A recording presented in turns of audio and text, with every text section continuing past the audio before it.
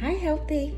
I hope everybody is off to a great start for their weekend. And I had a taste for a candy bar. So today I'll be showing you one of my favorite candy bars that I make in a healthy way. So let's get started. This particular recipe comes in a few steps, so I'll take my time and walk through them. It's a bit more ingredients than I normally use, but you'll be able to do this as well. Let's get started.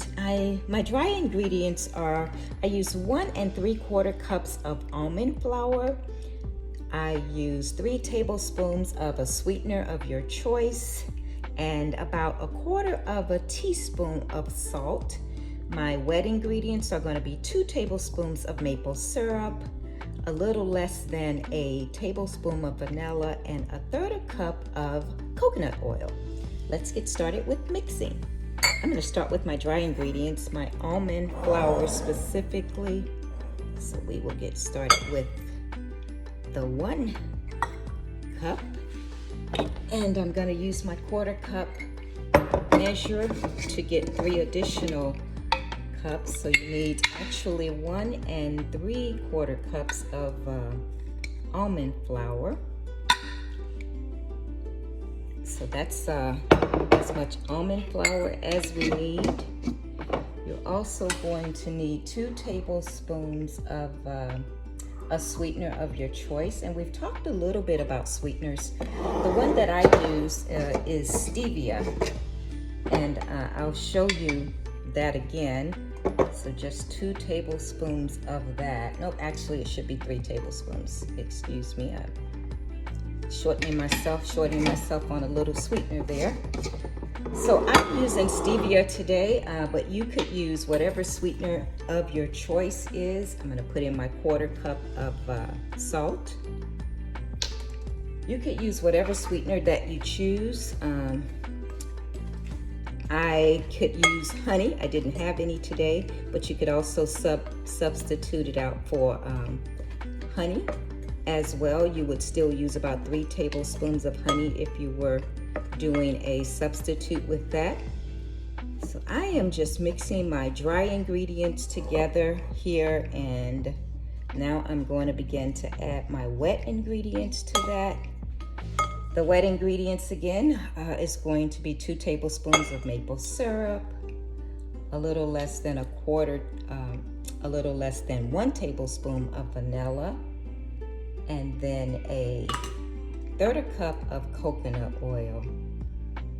So I've got all of my wet ingredients in with the dry, and now it's just a matter of giving everything a good mix. This candy bar is great. You're really gonna like this particular recipe. The batter that I'm mixing up now is wonderful all by itself. So you're gonna have to actually stop yourself from not just eating this alone. It mixes well and blends together. It's gonna be a bit crumbly when it is finally combined all together, and it'll be combined together a little bit shortly here.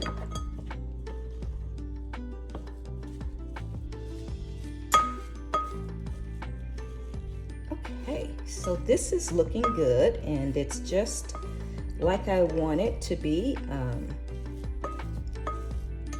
Yeah, this is great. So now I am going to line my baking dish with parchment paper.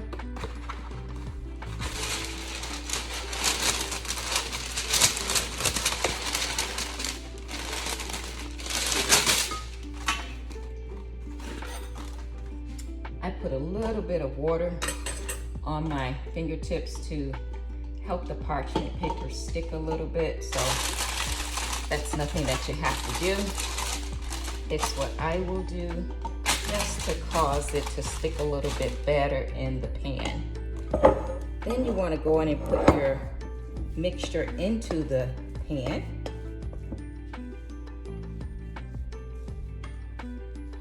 Get it all in there.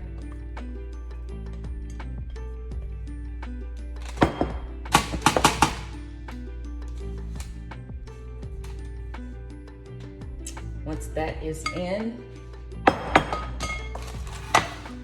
you probably want to use some type of flattener or spatula to flatten it out. And my daughter's calling, so I will have to take this call. Sorry about that.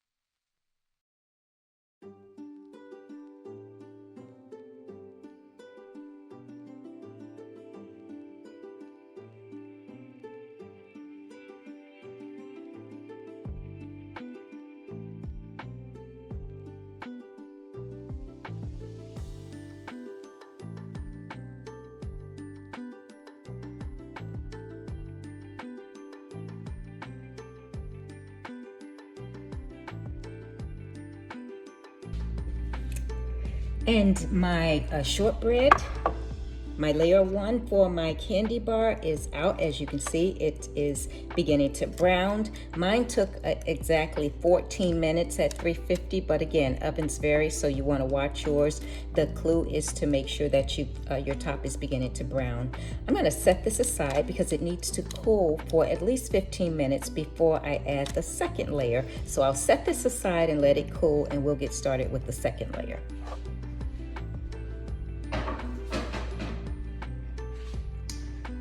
So layer two is going to start with 3/4 cups of peanut butter. And to that, I'm going to be adding 1/4 cup of maple syrup again.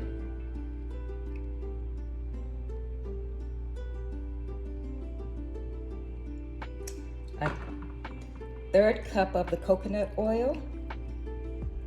So we've got a lot of the same ingredients that we use for the shortbread. As far as the maple syrup and coconut oil, we're repeating them again here. About a tablespoon, a little less tablespoon of vanilla. I like to have a little coconut flakes in mine, so I'm going to sprinkle some coconut flakes over mine. You do not have to. If you don't like coconut, leave this part out. I love coconut, so I'm adding it in for me. Use about a tablespoon of cinnamon. And then 1/4 cup of salt. And you can mix that together for layer number two. Now once this is all smooth, it's going to pour very nicely over our shortbread for our candy bar. And if you happen to like peanut butter, this is going to be a great layer for you. Today I am using Skippy peanut butter because it's what I had. You can use any peanut butter of your choice. That is not a requirement. This would also work well with almond butter or any of your nut butters. This is just something that is going to be totally up to you. As you can begin to see, my second layer is beginning to combine very nicely. My peanut butter, and the one that I typically buy because it has a low carb count, is this Skippy here. It has 6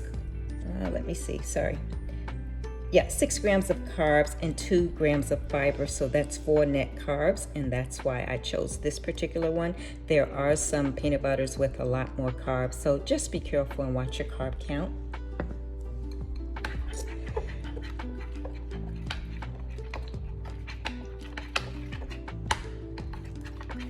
And the second layer is blending up very nicely together as far as giving me a smooth peanut butter. I will keep mixing this, and once our shortbread layer cools off, I'll come back and let you see me pour that on to the second layer, and then we will wrap this up.